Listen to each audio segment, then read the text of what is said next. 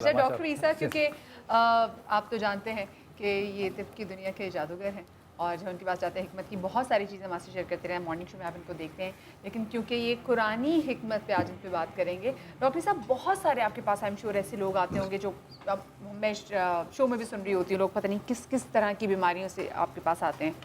تو کبھی ایسا ہوا کہ آپ نے بولا کہ نہیں اس کا ویسے علاج نہیں ہے، میں آپ کو قرآن کی آیت سے علاج بتاتا ہوں؟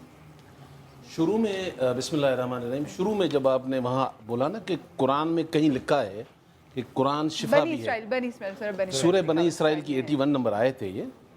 اللہ سبحانہ و تعالیٰ نے وہ کہا کہ قرآن شفا بھی ہے اور مومنین کے لیے رحمت بھی ہے. بے شک بے شک. اچھا 114 سوریں میرے جیسے طالب علم نے جتنا سیکھا، اللہ کے رسول صحیح بخاری میں ایک حدیث مبارکہ ہے، فرماتے ہیں کہ میں دو لوگوں پہ رشک کرتا ہوں، ایک وہ جسے اللہ نے قرآن کا علم دیا ہو اور وہ بانٹتا بھی ہو، ایک وہ جسے اللہ نے پیسہ دیا ہو وہ خرچ بھی کرتا ہو.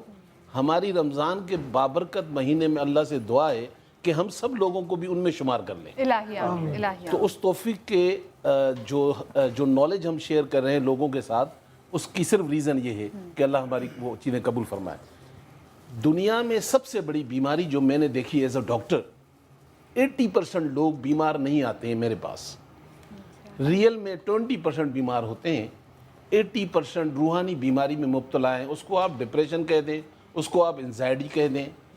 اچھا اس کا علاج قرآن کے بغیر ہو نہیں سکتا، بے شک. آپ کچھ بھی کر لیں. تبھی تو ڈاکٹر عیسیٰ میں دیکھتی ہوں بڑے بڑے ہالی ووڈ سٹارز جب ڈپریشن سے پاگل ہو چکے ہوتے ہیں، پھر وہ جب قرآن پڑھنا شروع کرتے ہیں تو بس پھر قرآن کی ہو جاتے ہیں. اب اس کو نفسیاتی بیماری کو روحانی بیماری کیوں کہہ رہے ہیں؟ اس کی ریزن یہ جی کہ جب بھی آپ کے معاشرے میں کسی کو نفسیاتی جب پرابلم ہوتی ہے نا، تو گھر میں عموماً مشورہ کر رہے ہوتے ہیں ماہر نفسیات کو دکھاتے ہیں. سر ماہر نفسیات کو اپنی نفس دکھانی ہے، جس نے آپ کا نفس بنایا وہ تو آسمان کے اوپر میرا رب ہے، کیا آپ اس سے رجوع نہیں کریں گے؟ لیکن روحانیت تو ایک اور چیز ہے. تو یہ جو نہیں سر، ایمان والا ہی روحانیت پاتا ہے نا، اور جب تک نہیں پائے گا، جب اس کے دیکھیں سورہ فاتحہ اگر آپ غور جو نفسیاتی بیماریاں اس کو روحانی بیماریاں جب کہہ رہے ہیں تو ایک بہت بڑا پیغام چلا جاتا ہے. لیکن اس کا روحانی علاج ہوتا ہے، روحانی علاج ہے. دیکھیں روحانی میڈیکل علاج بھی تو موجود ہے. قرآنی بالکل ہے، وہ تو اپنی جگہ پہ جب ہم قرآن کی بات کریں گے تو میں اس میں کہہ رہا ہوں کہ سب سے بڑا رول جو ہے وہ 80% جو بیچارے لوگ ہیں، اگر وہ صرف اتنا ہی کر لیں. دیکھیں آغاز قرآن کہاں سے؟ سورہ فاتحہ سے. سورہ فاتحہ کو 7 مرتبہ دہرایا ہوا قرآن بھی کہا.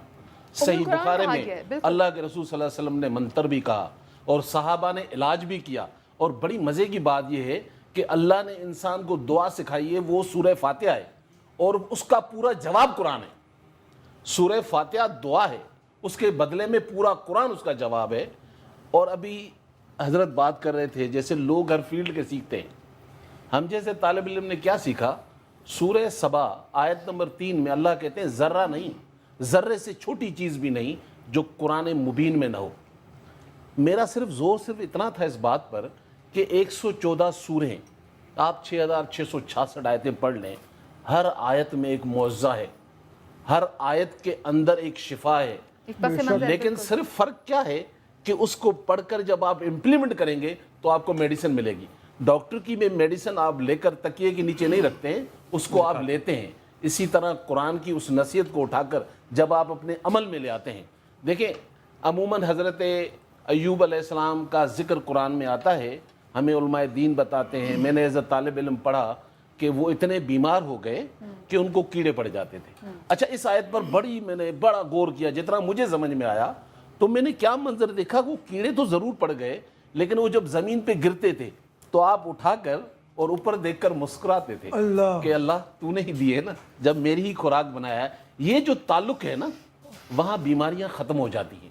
تو پہلا تو یقین، دوسرا اللہ کے رسول نبی کریم صلی اللہ علیہ وآلہ وسلم صحیح بخاری کی کتاب المرض میں حدیث نمبر 5678 کا جو مفہوم ہے، اللہ تعالیٰ کہتے ہیں کہ میں اتارتا ہی نہیں اس بیماری کو جس کا پہلے علاج نہیں اتاروں. تو بہت سارے لوگوں کو میری کوشش ہوتی ہے، جو میرے پیشنٹ ہیں جانتے ہیں میں بہت زیادہ کونسلنگ کرتا ہوں، میں اپنی میڈیسن کو پیچھے رکھتا ہوں پہلے. اور حقیقت یہ ہے کہ میرے الفاظ کے پیچھے بھی کہیں قرآن کہیں حدیث ہی ہوتی ہے تاکہ روحانی طور پر ہم آسودے ہوں.